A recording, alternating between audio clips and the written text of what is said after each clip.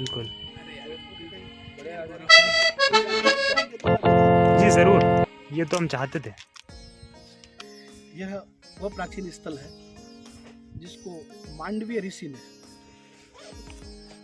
यह वह प्राचीन स्थल है जिसको मांडवीय ऋषि ने तपस्या करके इस स्थल के महत्व को उजागर किया था। इतिहास के पुराने पन्नों में ब्रह्मा, विष्णु और महेश तीनों ऋषियों की पूजा इस स्थान पे की जाती थी और ये तीनों के विखंडित मंदिर यहाँ पे आए हुए हैं। मांडवीय ऋषि के पश्चात यहाँ पे कई राजाओं ने अलग अलग समयों में राज किया, जिसमें मंडोर के प्रतिहार से लेके चोल, चालुक्य, सैल आदि वंशों ने राज किया। एक समय आया जब उन राजाओं देसी रियासतों में झगड़े चल रहे थे, तब राठौड़ वंश ने मंडोर के प्रतिहारों को पराजित करके इस किले पर अपना आधिपत्य स्थापित किया था। लंबे समय तक राठौड़ वंश यहाँ पे राज करता रहा। यहाँ नारसिंह जी का मंदिर भी आप देख सकते हैं, जिन्होंने अपनी गर्दन काट के और युद्ध किया था, बिना गर्दन के युद्ध करते रहे। और जिस स्थान पे गर्दन काटी थी, अभी अपन जिस रास्ते से आए हैं वहाँ पे एक नाहर सिंह जी का मंदिर है, वही स्थान है। यहाँ से जब प्लान चेंज हुआ, एक नए किले बनाने की योजना बनी, तब यहाँ से मेहरानगढ़ दुर्ग बनाने का निश्चय किया गया। तो मंडोर जो मुख्य मांडव्य शहर था, इतिहास में आप देखोगे इतिहास के शास्त्रों में जिस सिटी को नाम दिया गया है मांडव्यपुर, इसको मांडव्यपुर कहते हैं। मांडव्य ऋषि का ये स्थान है मांडव्यपुर। और कालांतर में अलग अलग राजाओं के काल में अलग अलग राजाओं ने राज किया था और उसी कड़ी में राठौड़ वंश ने भी राज किया। और राठौड़ वंश के बाद यहाँ से जो किला शिफ्ट कर दिया गया वो था मेहरानगढ़ दुर्ग। जब मेहरानगढ़ दुर्ग पर किला बनाने की योजना बनाई गई, तब वहाँ पर बालीनाथ जी जो थे ऋषि तपस्या कर रहे थे और उनकी तपस्या में विघ्न पहुंचा किला बनाने से। तो उन्होंने मना किया कि यहाँ दुर्ग मत बनाओ, लेकिन उनको और माँ करणी की कृपा से उनको मना बुझाकर वहाँ से शिफ्ट किया गया और मेहरानगढ़ दुर्ग वहाँ पे बनाया गया। इसके जो विध्वंस के बारे में अपन देखते हैं कि ये दुर्ग कैसे विध्वंस हुआ, कैसे समाप्त हुआ, इसके बारे में कई कथाएं प्रचलित है कि इतना अच्छा दुर्ग था और आज दिख क्यों नहीं रहा है, कहाँ गया है।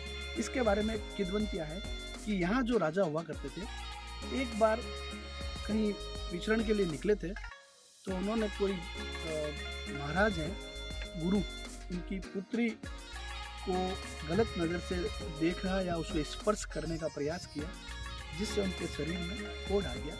जिसका इलाज करने के लिए वो कई ऋषियों से मिले, तो किसी ऋषि ने उनको सलाह दी कि मैं आपके लिए भस्म हो रहा हूँ और मेरी भस्मा लेकर आप इस किले तक पहुँच जाना और आपका कोढ़ समाप्त हो जाएगा।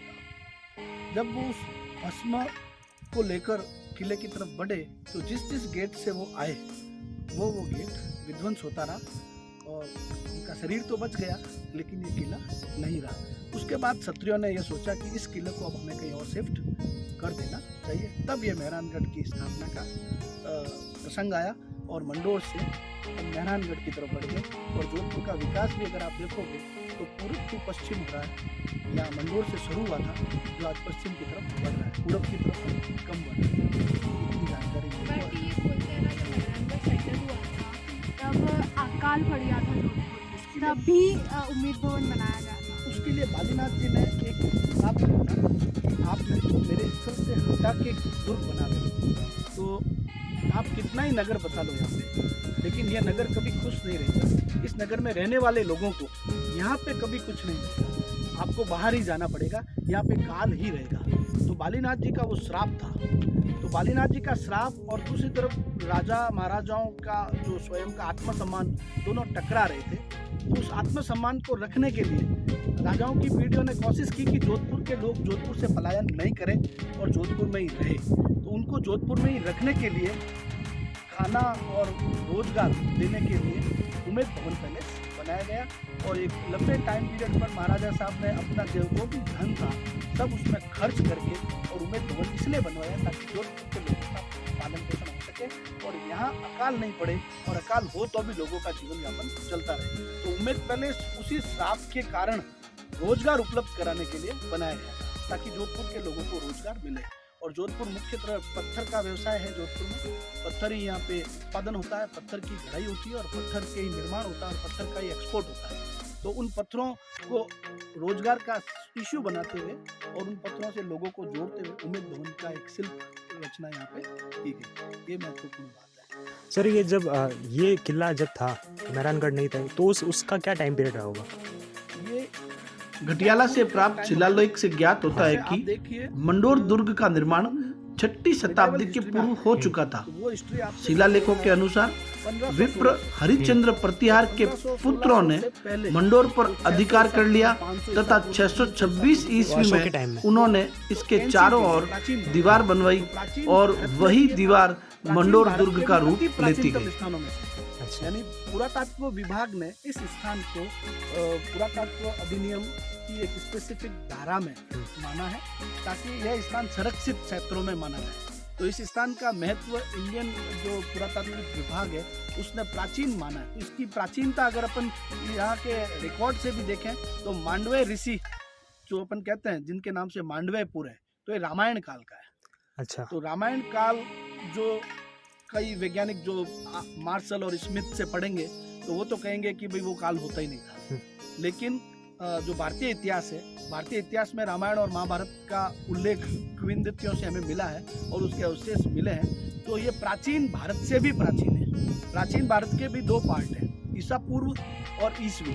तो ईसवी और ईसा पूर्व में तो था, लेकिन ये उससे भी पूर्व का स्थान है जब जिस समय रामायण युग कहते हैं, रामायण और महाभारत युग के लिए स्थान है। क्योंकि महाभारत युग के हिमभड़क भी यहीं पर मौजूद है, वो खाइलाना के ऊपर जाते हैं तो, और जो मंडोत्री की जो चौरी जहाँ पे रावण और मंडोत्री का विवाह हुआ था वो स्थान भी यहीं पर मौजूद है।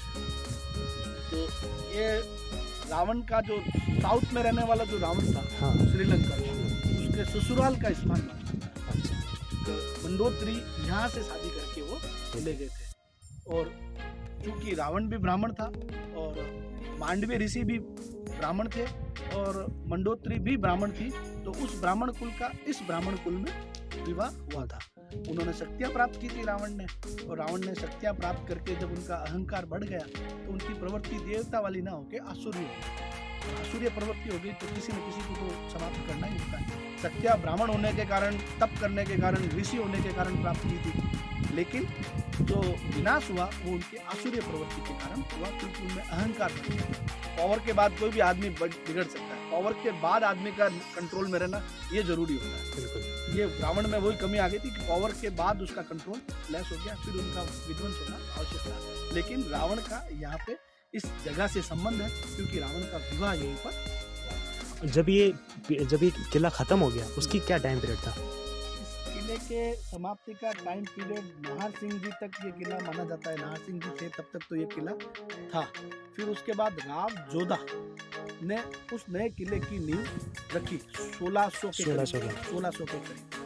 तो राव जोधा ने जब उस किले की नींव रखी तब तक इस किले के अवशेष थे, तभी यहीं से काम होता था। अच्छा। तो आप मान के चलो कि 1600 से 1650 तक इसमें रहने लायक जगहें थी, लेकिन क्योंकि श्राप थे, कुछ घटनाएं थी जिनके कारण यहाँ रहना संभव नहीं था, नया किला बनाना भी जरूरी था। तो आप 1600 से 1620-30 के बाद का अवधि मान सकते हैं कि राव जोधा के टाइम में लास्ट रहा है। उसके बाद धीरे धीरे ये क्योंकि जब एडमिनिस्ट्रेशन एंड लॉ ही वहाँ चला गया तो इसकी देख रेख कौन करेगा?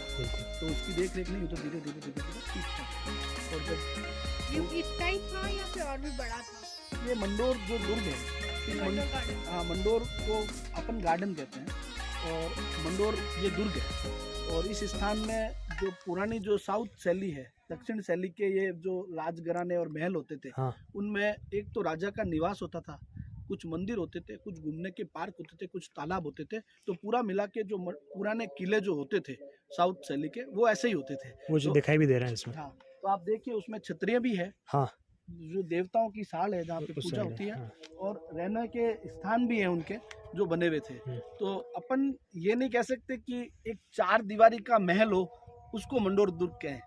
मंडोर दुर्ग की परिभाषा में वो स्थान आता है जिसमें छतरियाँ भी मिलेगी, मंदिर भी मिलेंगे, इनके रहने के स्थान भी मिलेंगे, इनकी पूजा और तपस्या करने की जगहें भी मिलेगी, और छावनियाँ और सैनिक रहने के स्थान भी मिलेंगे। ये जो बॉर्डर्स दिख रहे हैं आपको चारों तरफ, ये वो वही बॉर्डर है जो इसकी सीमाएं बांधते हैं। तो अंदर ये पूरा हिस्सा समाया हुआ है। अच्छा। मुख्य द्वार इसका जिससे अपन घुसे हैं मंडोर, यही मुख्य द्वार रहा होगा। इसके अलावा कोई मुख्य द्वार नहीं रहा होगा और पीछे के स्थान से हमला करने की कोई गुंजाइश थी नहीं। नहीं रही थी। तो ये अपन ये मानते हैं कि मंडोर दुर्ग यही रहा होगा, क्योंकि सबसे प्राचीन जो घर बसे हुए हैं मंडोर किले के आसपास, तो छोटे शहर होते तो छोटी आबादी यहाँ पे रही है। मंडोर के बाद महामंदिर में थोड़ी आबादी बढ़ी है और महामंदिर के बाद जब आप मेहरानगढ़ की तरफ जाओगे तो और आबादी बढ़ी है। तो जैसे जैसे शहर बड़ा होता गया, जैसे जैसे राजाओं के प्लेसेस भी बदलते रहे। सबसे पुराना प्लेस ये रहा। इस प्लेस में अलग अलग वंश आके चले गए, लेकिन मेहरानगढ़ राव जोधा से लेके आज तक राठौड़ वंश का ही रहा है। उस पर अन्य राजाओं का प्रभाव नहीं रहा है। किलों के आक्रमण हुए भी हैं अगर जयपुर से युद्ध के टाइम में, तो नीचे तक ही है। किले पे किसी ने कब्जा नहीं किया। मेहरानगढ़ दुर्ग की ये विशेषता है कि उसको कोई फतेह नहीं कर पाया। क्यों? कि वो दुर्ग इस तरह से बना हुआ है कि वो फतेह करने लायक नहीं। मैं आपके बारे में जान सकता हूँ? मैं द्वारकेश व्यास हूँ। जी। BA ऑनर्स हिस्ट्री किया हुआ है मैंने। जी, हम जितने भी ये सारे BA के स्टूडेंट्स हैं। अच्छा, BA के स्टूडेंट हैं। मैंने इतिहास में विशेष, वैसे मैं विधि का भी छात्र रहा हूँ, लॉ का भी नॉलेज है और यही जोधपुर का रहने वाला हूँ। अच्छा, इसलिए जोधपुर के बारे में जानकारी होनी जरूरी है। Thank you very much sir. जी सर। Actually,